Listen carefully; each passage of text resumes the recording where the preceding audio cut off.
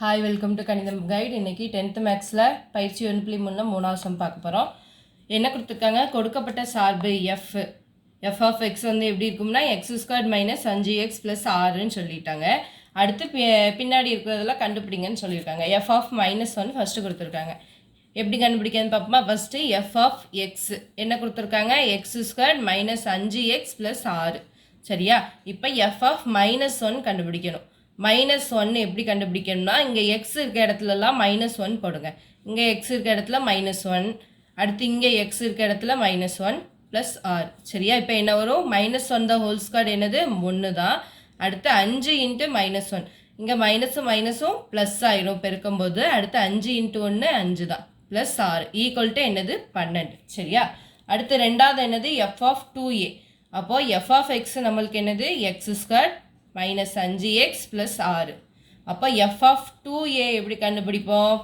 X இருக்க இடத்துல 2a போடணும். சரியா? அப்போ 5 into 2a plus 6 equal to 2 2 4 a² minus I 2 10a plus 6. இங்கே ஏ ஸ்கொயர் பண்ணால் a², 2 ஸ்கொயர் பண்ணால் 2 2 4. சரியா? அடுத்தது மூணாவது பாருங்கள், எஃப் ஆஃப் 2. அப்போ எஃப் ஆஃப் எக்ஸ் என்னது? x² minus 5x plus 6.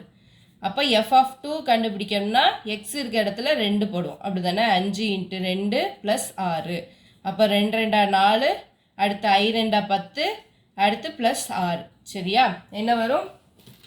0 வரும். அப்படி தானே? 6 4 கூட்டினா 10, 10லேருந்து 10 கழிச்சா 0. அடுத்து F of X minus 1. F of X என்னது நம்மளுக்கு? x² minus 5x plus 6. இப்போது எஃப் ஆஃப் எக்ஸ் மைனஸ் 1னா எக்ஸ் இருக்க இடத்துல எக்ஸ் மைனஸ் 1 போட போகிறோம்.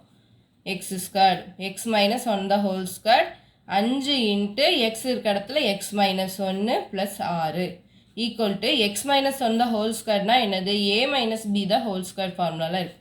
அப்போ a² plus b² minus 2ab. சரியா? அப்போ a² என்னது? x². அடுத்து ப்ளஸ் b² என்னது? 1² 1. அப்போ மைனஸ் 2ab. 2 இன்ட்டு 1 இன்ட்டு எக்ஸ்ன்னு வரும். அப்போ 2x.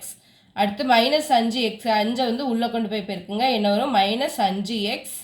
அடுத்து மைனஸ் இன்ட்டு மைனஸ் ப்ளஸ் ஆகி 5 இன்ட்டு 1 என்ன வரும்? 5 வரும், ப்ளஸ் 6. சரியா?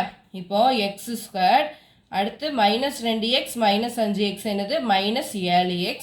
அடுத்து 6 ப்ளஸ் 5 எத்தனை? 11 ப்ளஸ் 1 12. சரியா? இதோட இந்த சம் முடிஞ்சது. புரிஞ்சுதா புரியலையான்னு கமெண்ட்டில் கமெண்ட் பண்ணுங்கள். சரிங்களா? தேங்க்யூ ஃபார் வாட்சிங். கணிதம் கைட் சேனல் வந்து சப்ஸ்கிரைப் பண்ணி வச்சுக்கோங்க.